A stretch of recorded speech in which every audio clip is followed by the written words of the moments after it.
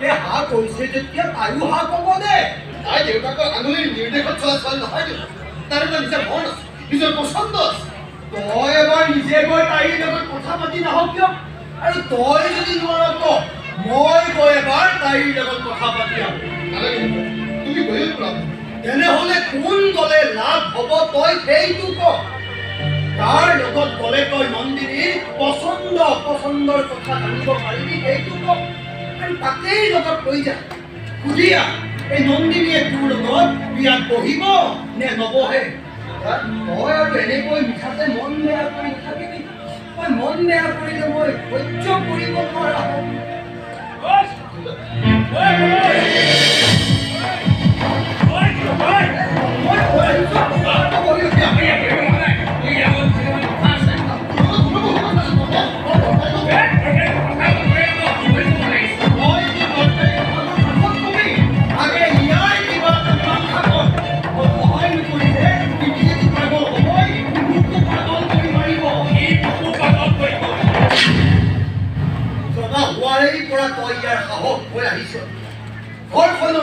অভিযোগৰ কাৰণে ই আধাতে পঢ়া শুনা এৰিব খুজিছে।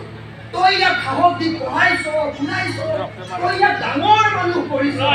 এই পুৰণা কথাবিলাক মনত পেলাই মনটো দুৰ্বল নকৰিব নাই। তই ইয়াৰ জীৱনলৈ দেৱদূত হৈ আহিছ। তই ইয়াৰ কাৰণে ভগৱান।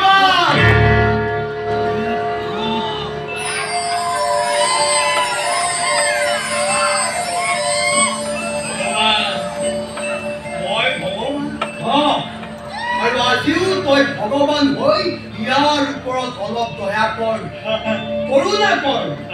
লৈ যা ইয়াক নন্দিনীৰ কাষলৈ।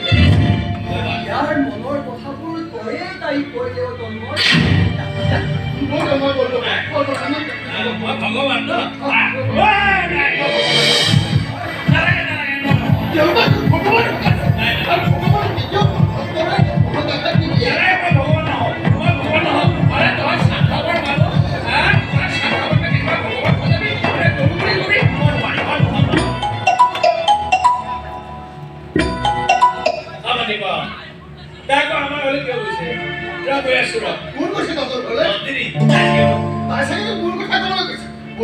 ইয়াতে ৰৈ থকা সময় নাই। একো নিশ্চয়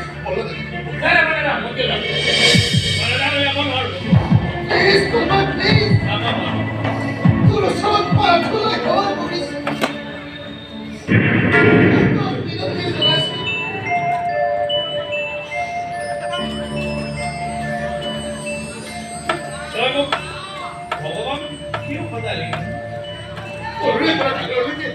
নন্দিনীকে দেখি অহা বৰ সপোন মোৰ আশাবোৰ তয়ে পূৰণ কৰিব লাগিব। দেউতা লিখন কৈছে আমাৰ কাৰণে তয়ে ভগৱান। ভগৱান হয় ভক্তৰ ওপৰত ইমান নিষ্ঠুৰ নহবি।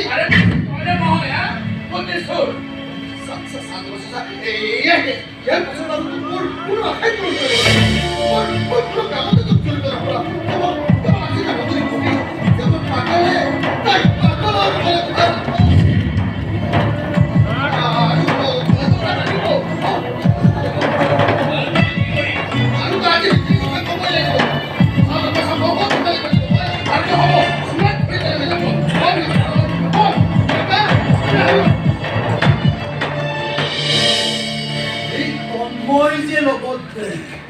ই কৈছে যেতিয়া এতিয়া আৰু একো চিন্তা নাই।